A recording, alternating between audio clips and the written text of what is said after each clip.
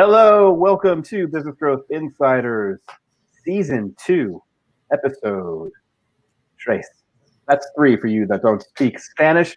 My name is Jeff Evans. With me always the illustrious Lisa McGuire. Lisa, how are we doing today? We are doing great. And Jeff, we are so excited to have our first guest in our new season with us, Skot Waldron. We have been looking forward to this, wanting to have him on with us for quite a long time. He is just amazing at what he does. And we're going to dig into that today and share that with our listeners on how they can grow their business. You bet we are. Scott, how are you today, man? I am so good. Lisa is one of my favorite people. And Jeff, I'm sure you will soon be one of my favorite people. So yeah, that's how I roll, man. That's awesome. That works. Okay, so we're going to give a brief little bio of you, Scott, and then we're going to get right into the hard-hitting questions. All right, so for the past 19 years, Skot Waldron's worked for clients such as JP Morgan Chase, the CDC, Georgia Tech, Royal Caribbean, and Sesame Workshop, the Home Depot, and the Coca-Cola Company. The list goes on and on, man. Has included national, international communication programs. His focus is on helping people and businesses learn how to communicate more effectively. Scott believes all great things begin on the inside. This means the influence you have, your alignment as an organization, and your ability to execute effectively. Skot Waldron, welcome to the show, my friend. Love it. Thank you. That's the best intro I've heard in a long time. Thanks. That's right. You wrote it. That was good. Did I? Oh, okay. We break the fourth wall down on this show, my friend. That's right. So let's talk about the elephant in the room first and foremost. I know it's on your website, but I have to ask personally, why is your name Scott with a K and one T? Yes, sir. That's pretty much why the only reason I get these interviews is to just understand that. So all through elementary school, I was in the same class as Scott Woodruff and Scott Wilson. Every year, I was just like, seriously. So I had to put my last name on every single paper I ever did, every worksheet, everything. And then in 6th grade, I said, I'm done with this. So I just spelled it S-K-O-T. And I never had to put my last name on anything ever again. So it was born out of laziness, creativity, whatever you want to call it. Yeah. But it just kind of stuck at that time. I created a brand for myself in 6th grade. And through my artsy fartsy days as a photographer and artist and all those other graphic designer, it just, stuck. And so just kind of went that. My mom still spells it S-C-O-T-T-I-E on my birthday cards. So it's, it's still that. Yeah, I get the free on mine. At least when I'm in trouble. That's for sure. Oh yeah, of course. Yeah. Get the full name, but only when you're in trouble. So all right, man. Well, your bio speaks for itself, but I think that the people that listen to our show, they obviously want to know a little bit more about your strengths, where you come to play. I know you do a lot of branding stuff, but you also have a lot of other talents that would really come in handy to our listener, who is the small business owner or the professional from the service provider. So what else can you tell us, man?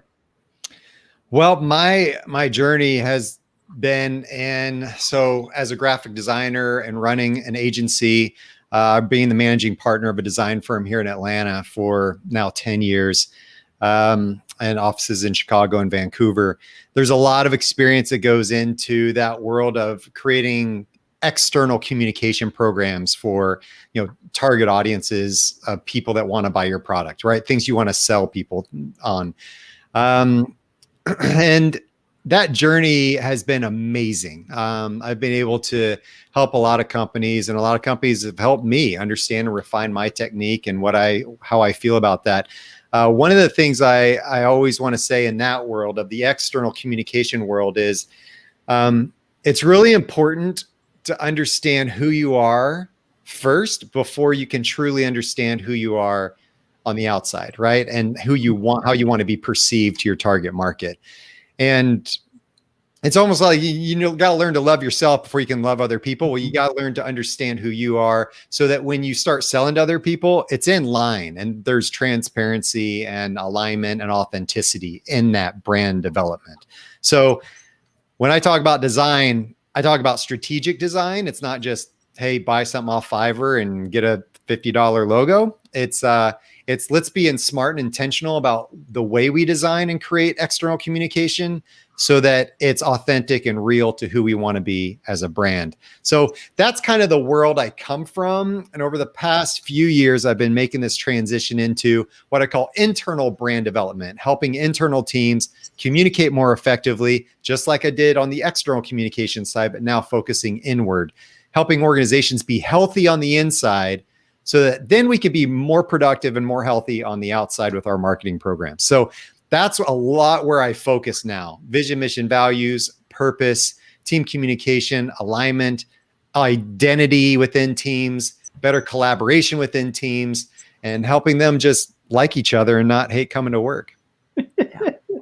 You know, Scott, I really love this. I don't want to call it a pivot, but I love this transition that you've made because, you know, it's one thing to how the company is going to position itself from, you know, the outside. Like when you mention a brand, automatically, you know, whether it's great customer service or, you know, quality product, or there's something that comes to mind. But you can't fully deliver that unless the inside is working. And so it's really, you know, like trying to take something and dress it up. But if it's not who it is on the inside, people are going to figure that out. They're going to smell a rat, they're going to get to it, and it's going to fall apart. So talk to us a little bit about how you went from all of this graphic and the brand image and what it said on the outside. And was there a tipping point? Was there something that snapped in you one day that you said, you know what, I'm not going to take it anymore. I'm going to go do something about this? I think it was, and both of you are going to be able to relate to this. I'm going to get some head nods on this one. This came when after developing, I don't know, the 10th, 12th, 15th project, and spending so much time and sweat equity and money and all these other things developing that and getting emotionally attached to it, working with this internal team and coming up with something brilliant, only to have it derailed by somebody inside that said, what are we doing? No, that's not what we're about. No, that's not what we're doing. No. You didn't hear about this thing we're doing now? No. Like, somebody coming in and shaking things up, right? And derailing that whole project, watering it down, diluting the whole process to where it just falls kind of flat. And you kind of look at it afterwards, you're like, okay, we'll just launch whatever that is. It's not as exciting as it was, but it gets the job done. And that's just what we'll roll with. I think the problem was, I think it's like in medicine, right? It's like, instead of treating the actual core problem, we keep treating symptoms. Mm-hmm. And while I believe in design, I think design can change the world with the right intentions and the right strategy. I think that designers tend to try to just fix external problems and the symptoms instead of diving deep into the organizational structure and what the real mission and problem is of the organization. And so now this is a way for me to get in touch and to really understand the inside, to dig deep and discover what that problem is so that we can be more effective on the outside. Yes, I think that's really good. But, you know, I'm thinking if I was an organization and I hired someone to come in and do our branding and work on that, you know, the brand identity, the image and all of those things, and they did that deep dive, that designer is not going to be equipped to understand how to work with people and the egos and the social dynamics and the agendas and the political pieces. So you went and did something about that, didn't you? Oh, yeah. I mean, my own journey was about, I guess, probably 3-4 years ago. I was speaking about brand strategy at an event, and another representative there from an organization called Giant was speaking about organizational health. And I was like, hey, I know you. He's like, I know you too. And we had worked on a project for the John Maxwell Company 2 years prior to that together through an email or just lightly touching base with each other. And so we started talking. he said, you know what? I need some help with some brand work that I'm doing for this new product I'm about to launch. I was like, cool. And he goes, let's trade. You jump in on this leadership group that I'm starting, this year-long leadership program for free. And then you offer me those services. We'll just trade. I was like, cool. I guess I'll do a leadership program. I mean, I don't really need it because I'm already the managing partner of a design firm. So I'm a pretty good leader and people like me. So why do I need leadership development? Only to discover it took probably 4 weeks for me to just go, like my brain exploded. And I said, for somebody that teaches companies how to communicate effectively, I'm not a very good communicator. And I was like, oh my gosh, I got problems. And so that journey just blew me apart. And I said, this would help my clients so much. And it's helped me. It changed my life, changed my marriage, changed my employee relationships. And I said, this is something that I need to do. And I've shifted to really understand that. So I'm now a giant consultant as well, and help with that internal understanding of who we are as individuals and leaders and teams, and being able to do something to be effective. All right. Very good. So tell us about who would be an ideal client and what problem do they have? Like, how would they know they would want to work with you? I think it goes into some of the typical things we hear with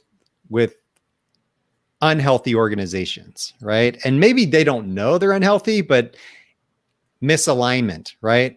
On vision, misalignment on the understanding of who we are and what we want to be, right? Yes, that sounds like brand stuff, but that's a lot of communication stuff, right? Relationship building, trust building. Do I feel vulnerable enough, or do I feel open enough, or do I trust you enough to communicate in a way that I'm going to feel valued, heard, and understood? Yes, that's an internal thing, but if we can't communicate effectively inside, we're going to waste a lot of time and money on the outside. Turnover, right? If I don't feel valued, heard, or understood at an organization, if I feel like you're just going to come behind and do everything for me and I'm not really growing or being pushed or challenged, I'm out and I'm going to leave. And what's the cost of replacing that employee? 2.5 times their salary or so, according to Gallup. That's a problem. And if you have high turnover and low retention rates and you have churn inside your organization, what does that say to your external customers and clients? All of a sudden they're going, hold on, Lisa was here last week and now we have a new person. And then 4 months ago, Lisa just started this gig. There was a new person. I've had 4 new account reps. Like, what's that about? That is communicating to your external clients the unhealthy culture you have internally. That's a problem, right? So instead of trying to put makeup on it on the outside, why don't we treat the inside and try to figure out what that problem is? So turnover, gossip, drama, all kinds of things inside the organization that lead to those types of issues. So, okay, so we've all had the bad boss, the ego boss. How do you work with, middle management or even C-level suite people that it's them, and it's their lack of good communication or their lack of self-awareness in regards to how they're being with their employees? Is this something that you work with as well? Definitely. And it depends on who's bringing me in for certain things, right? I mean, if somebody in the middle's kind of bringing me in, right? Somebody that's not that person saying, hey, we've got this issue and that issue, and there's enough buy-in on the executive team to understand that we need this help. And then they're kind of brought into this thing and they're like, I don't know why I'm here. I'm a great communicator, or people like me, and I don't know what the problem is, why I'm even in this group, right? I think it takes a little bit of, this is what I used to say about the Swiss when I lived in Switzerland for a while. They're hard on the outside, but soft on the inside, right? It was cracking that shell enough to gain trust with them, to help them understand that I'm for them. I am not here for myself, right? I am here to help you. And if you want help, then let's do it, right? If you don't, then I can't do much for you. Now, if that person's the one bringing me in and they're saying, hey, I need you to fix my team. I don't know what their problem is. Like, I'm awesome, but these guys have issues. Can you fix them?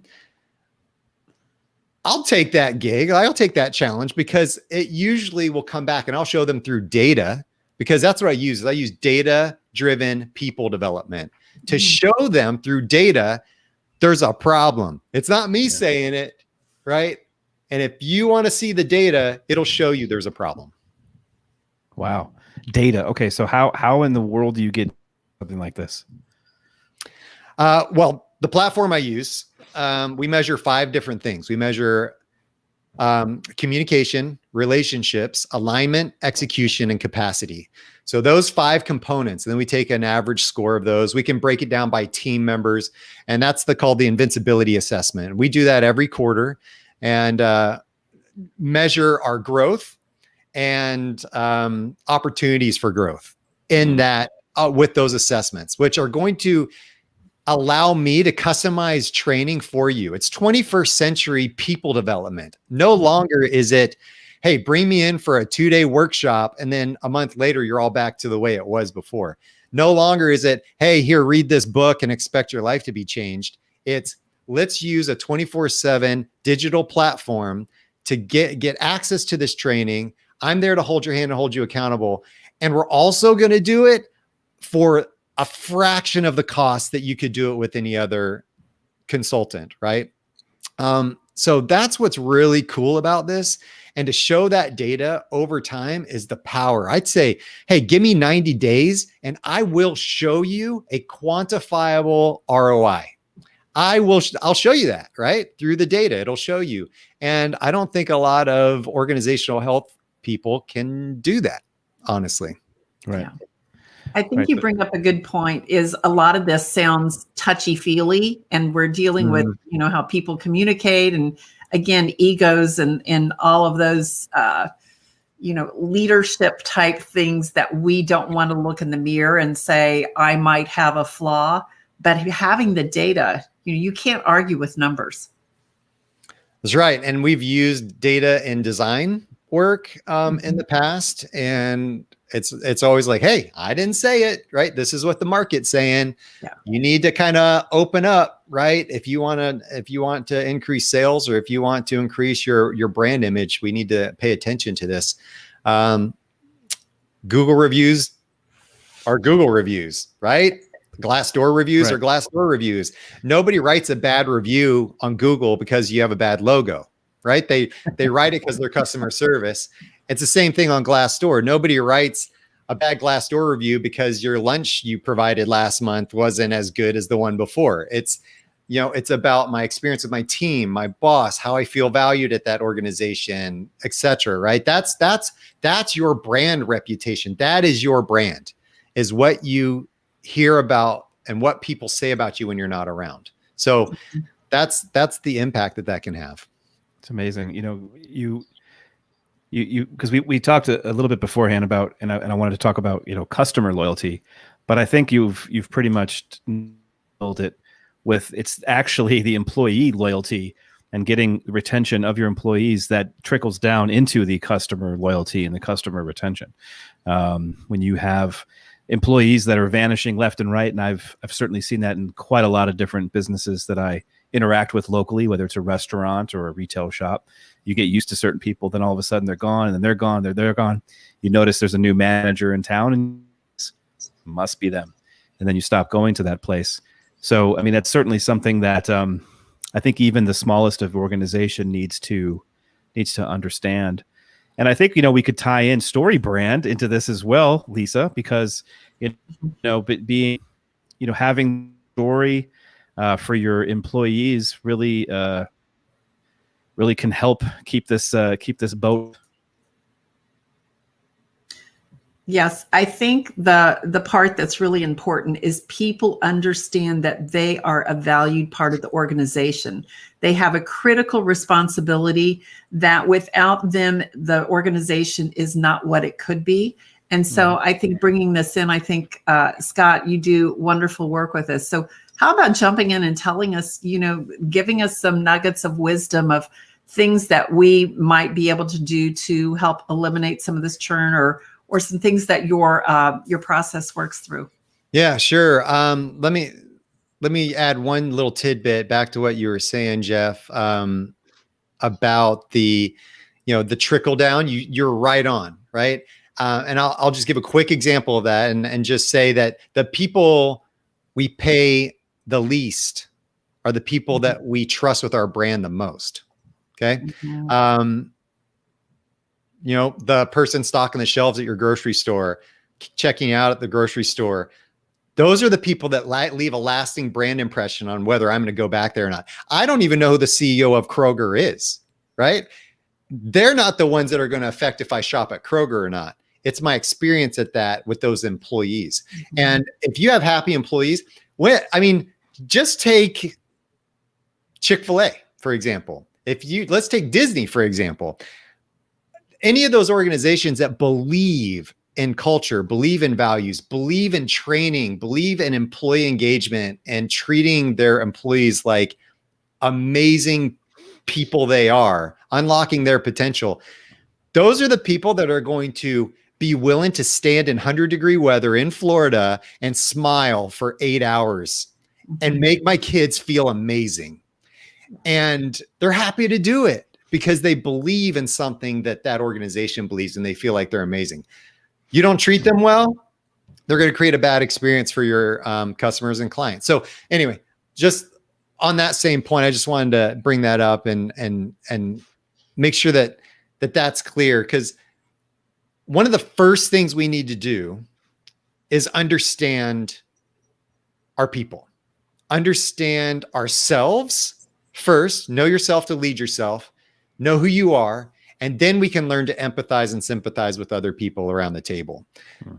If I'm aware of myself and my own communication style, and I'm aware of the other people on my team and their communication style, I will understand potential conflict. I'll understand potential opportunities for liberation of those people around me. And so when we talk about that, we talk about a system called 5 Voices. And that's given us a lot of simple, scalable, sustainable language to implement across organizations. Awesome. Do you want to get into this, man? Let's take a look at some screen capture. I can talk about this all day. You ready? You guys are around for the next 12 hours? Yeah, sure. I just have my Red Bull. I'm good. We're good. Yeah, just do it. Before we continue, for those of you that are listening on the podcast, we are about to actually show some slides through the actual video portion of the podcast. So please go back and watch this on our Facebook channel, our YouTube channel, LinkedIn, whatever you can find, if you are interested in actually looking at what we're talking right now. Go ahead, Scott.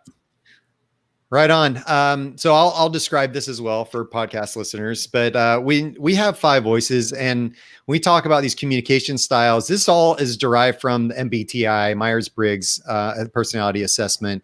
The Giant came up with 5 voices as a response to personality assessments that weren't simple, sustainable, or scalable. This was, as those of us that are familiar with a lot of personality assessments, whether it's Enneagram or MBTI or Strengths Finders or any of the other ones out there, right? Predictive Index, some of those, DISC, for example, we have to memorize what all the letters are, what all the numbers are. Then I have to memorize what that means for you and you and you and you and you. And then I have to understand the dynamics between all of those and what the orders mean. It takes time, and it's highly valuable information, but it's hard to scale that to everybody in the organization.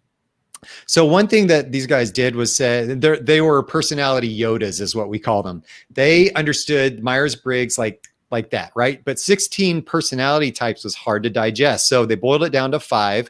So easy that a 13-year-old could teach this. Hence why I can teach it.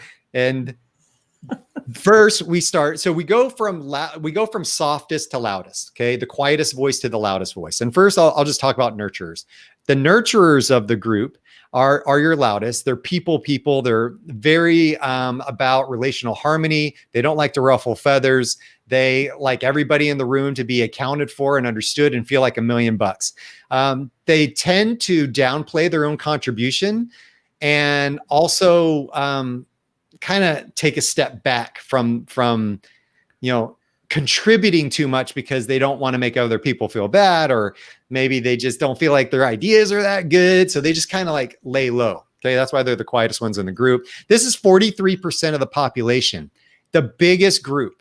70% of that 43% are women, and they're very present oriented individuals. They're always thinking, have you thought this through? Are you sure about this? Like, is this where we're going? Is this what we're doing? So you've got that nurturer group. Okay. Then you've got the next is creatives.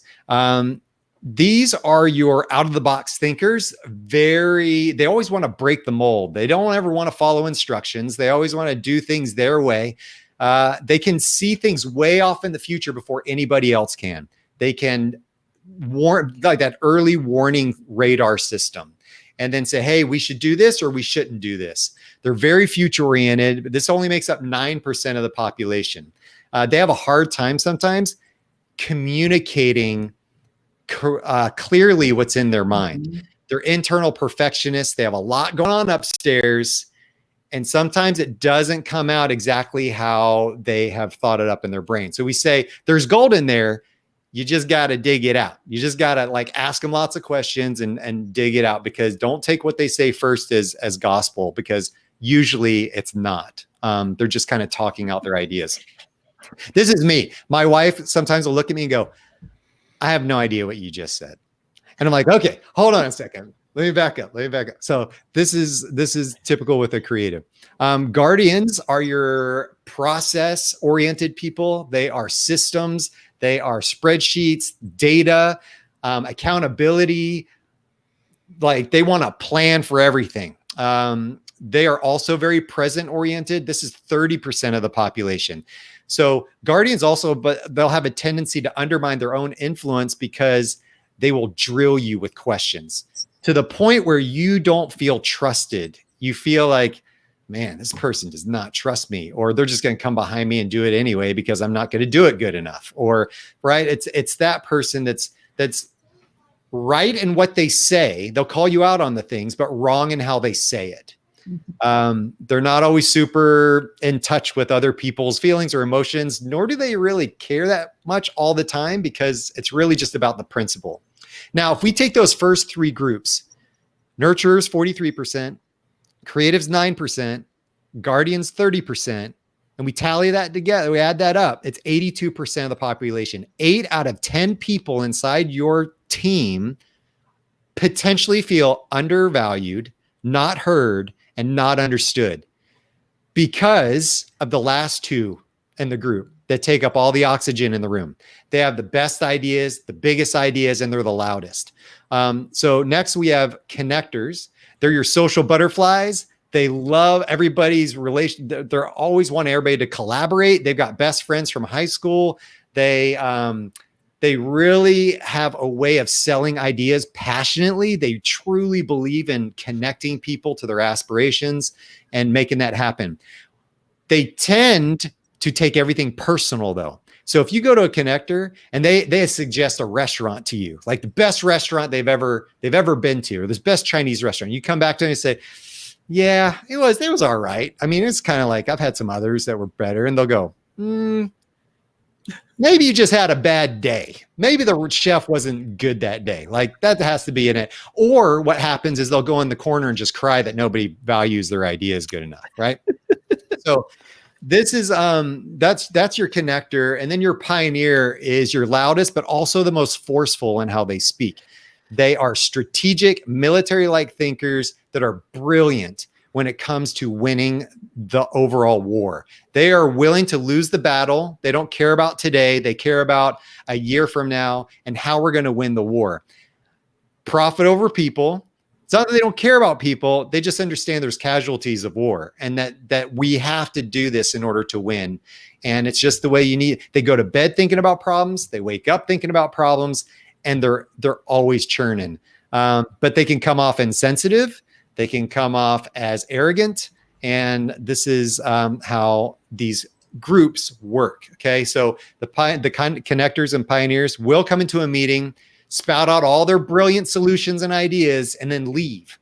And the rest of the group, the nurturers, creatives, and guardians, the other 8 out of 10 in your group, will go, I didn't get a chance to say anything. Well, what about my idea? Or how's that going to happen? I don't know what's going to happen. So what happens is that everybody else in the meeting goes, I guess we'll just do the bare minimum until we hope we get it right, and don't make them too angry. And then you get compliance, not engagement.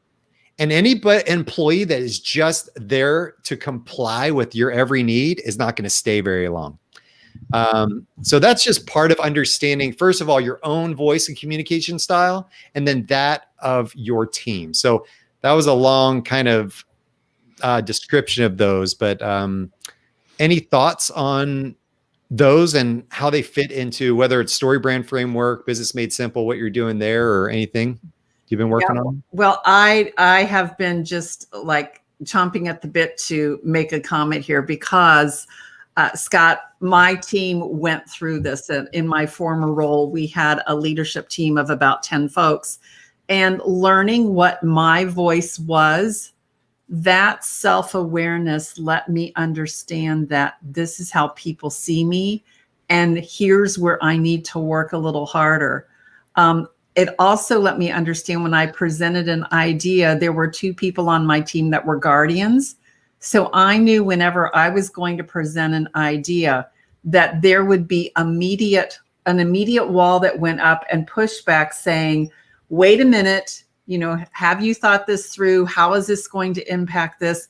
And once I knew that, then I knew, I don't want to say I knew how to work the system, but I knew what they needed to hear so I could communicate more effectively. And I work with creatives all the time. Boy, is that spot on. And that might be why you have your name SKOT. You might be in there with that. Yep. But this changed our whole team and how we communicated by doing this system, these 5 voices. It was brilliant. Yeah, it's really cool. I think you're spot on, right? Is understanding how people see me. Like what do people what do I look like from the other side of the table? What's the broccoli in my teeth that I'm not aware of that everybody else can see that I'm not aware of, right? And that awareness is so enlightening. And it's not that you have to be everything to everybody, and your tendencies aren't going to change either. Like your tendencies are your tendencies. It's unfair for me to say, Lisa, you need to change that. You need to change how you need to change that thought process about how you do that thing. And it's like, those tendencies aren't going to change. Now I say thought process, you can change your thought process. I will change that wording I use there, but that tendency to react a certain way, that tendency I have to not always communicate clearly or to be an internal perfectionist is always going to be there. I don't just change it. Now, what I can change is how I react and my actions as a result of that communication style. I can understand that I'm going to frustrate guardians, right? Because they need all the details, like you said. If I want to sell my ideas more passionately, if I'm a business owner, which I am, and I want to sell my ideas to somebody or product or service, what better way to do it than to understand the different voices across the table of my potential client and to go, oh, this person's a guardian type mindset. I can identify that and go, they're going to need details. They're going to need spreadsheets. They're going to need kind of a lot of testimonials and case studies and an understanding of the ROI through a Google spreadsheet. And I need to show that's how they're going to buy this product. Okay. If I'm selling to a nurturer or a connector, possibly more relationship type people, it's not as much about the monetary impact as it is how many people am I going to impact through this solution in my organization? If I buy what you have, Scott, how is this going to help the relational harmony and the people in my organization become better so that we can impact a greater whole? Like, understanding that mentality will make you a better salesperson and increase the revenue of your organization. It's a silly question, but I'm going to ask it anyways because I like to ask silly questions. Do you see any kind of pushback based off of typical generations of employees? Mm-hmm. So whether that's Gen Xer like myself or a baby boomer or down to the millennials, do you see any kind of more acceptance or more pushback? I think it's tough to say. I will say that once you get into baby boomer generation, there tends to be a mindset of, I'm just an old dog that now you're going to have to teach new tricks to. Like, I've lived my life. I'm who I am.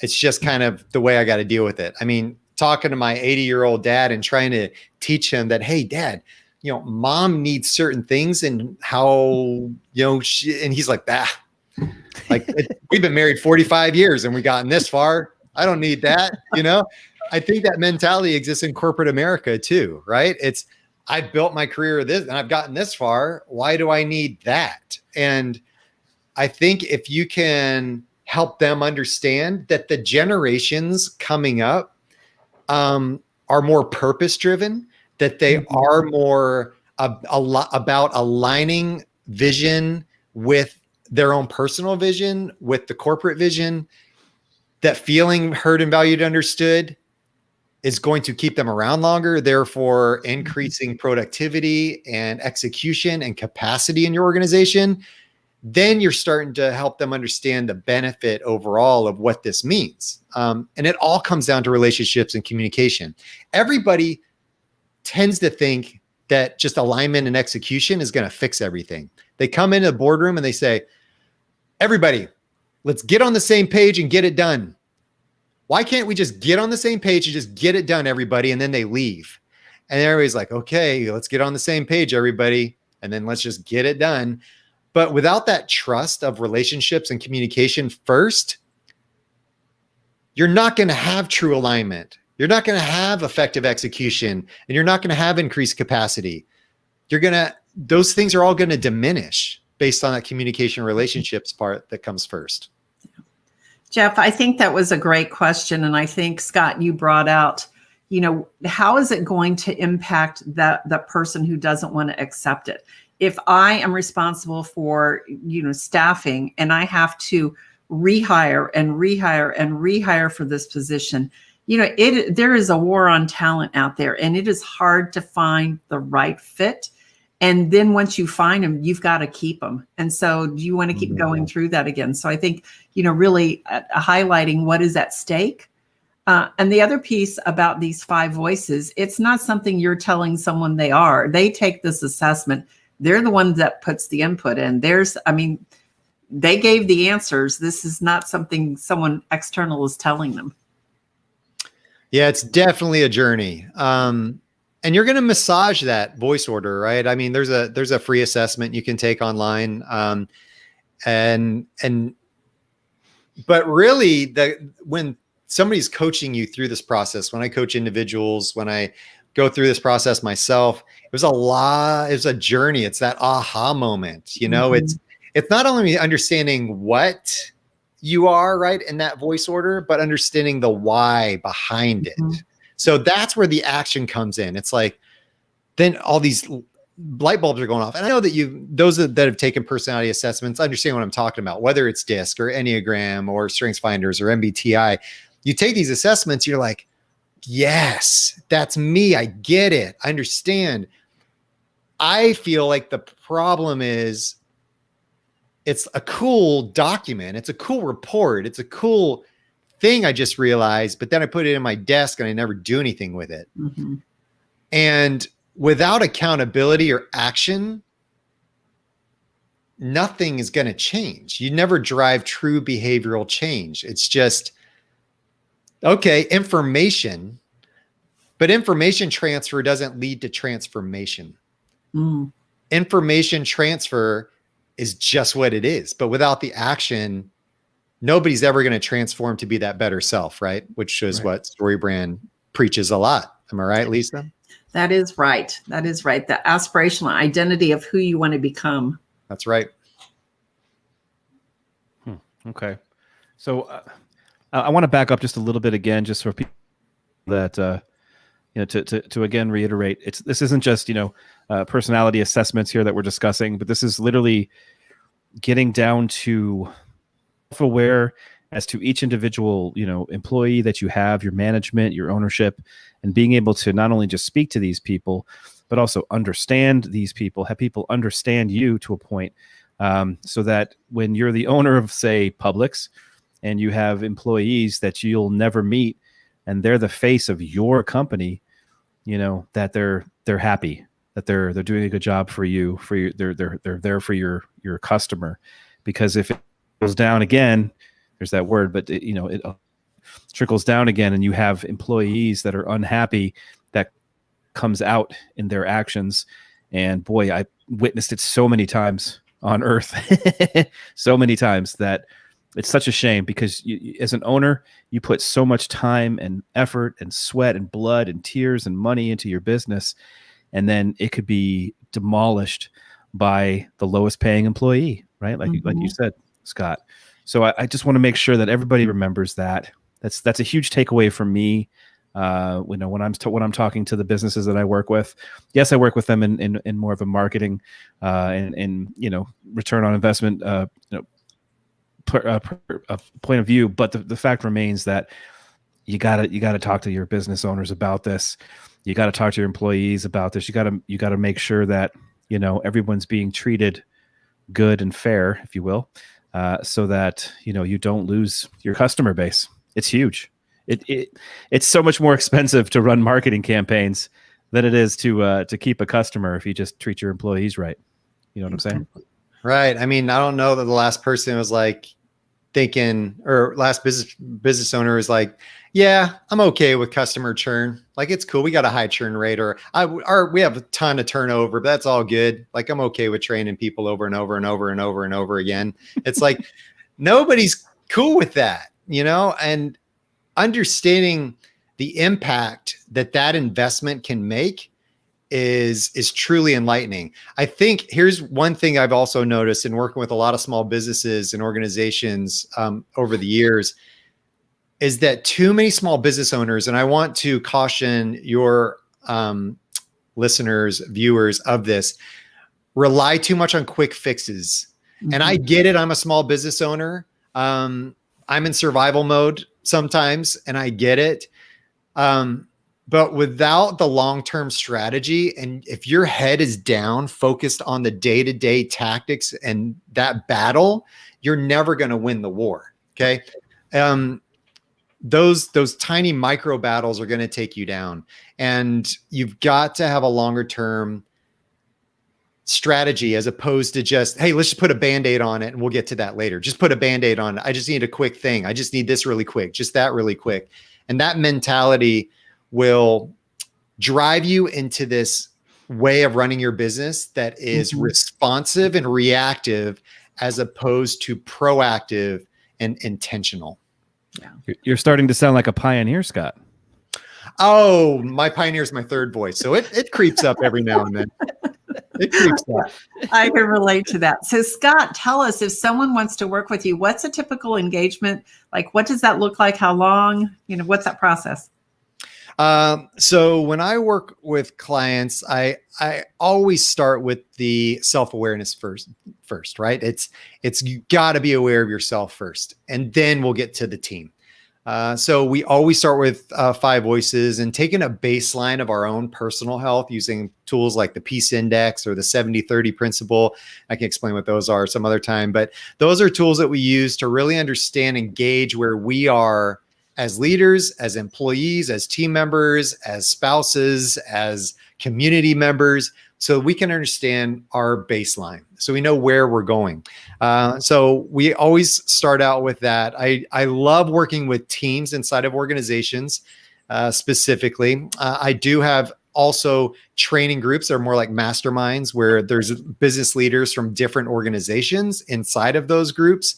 And so we also do engagements that way, where we'll meet once every 2 weeks for an hour or so, go through exercises together, coach, consult, and build up teams through that method as well. So it's a lot of using video, highly interactive, well-produced. I'm a design snob, right? So I endorse this product, so I'm good.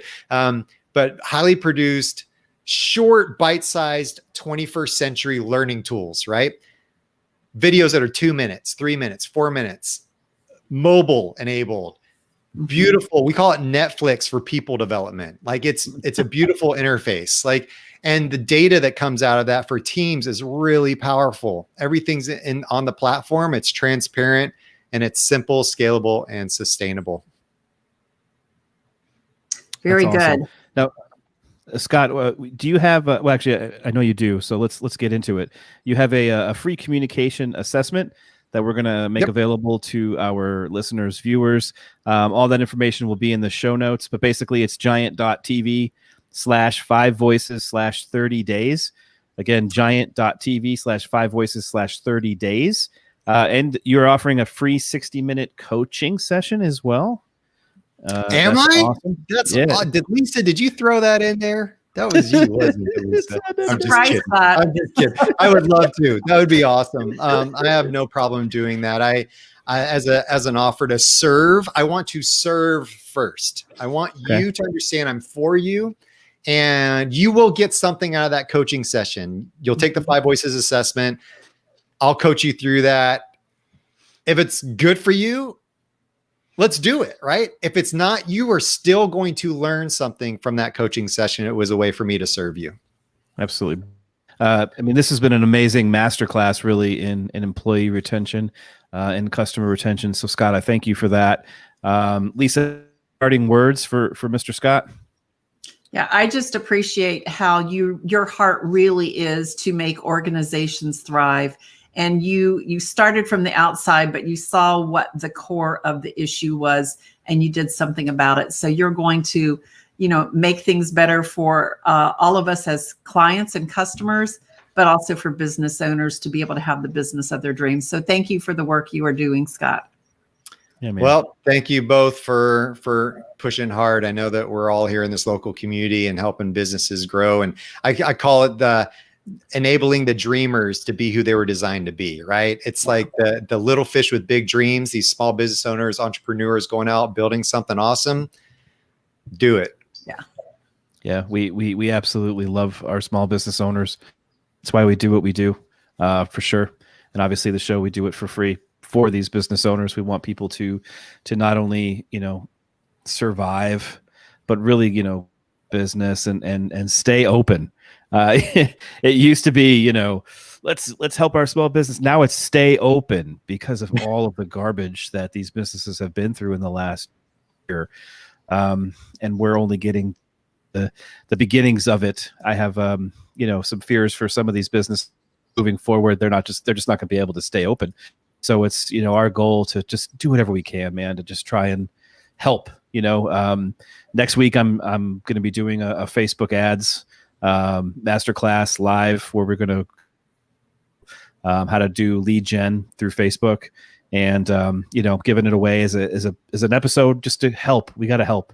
Lisa's doing her part. You're doing your part, obviously. I mean, a 60-minute consultation is amazing. So thanks again, Scott. Thank you for being on the show. We really appreciate it. This was a kick butt show, if I can use that terminology, kick booty show for my younger children. So thank you so much again. Where can people go to find you, Scott?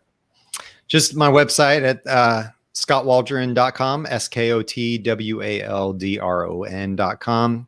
You can find me there. LinkedIn, I'm there quite a bit. So hook up with me there. I would love to share some connections with you. Awesome. Yeah, you are all over LinkedIn. So guys, find him there. always find him there. He's on point with his LinkedIn strategy. So go learn some things, because I know I am as well. So thank you very much for Lisa, for Jeff. This is Business Growth Insiders, guys. So take your business and grow. Thank you for being here.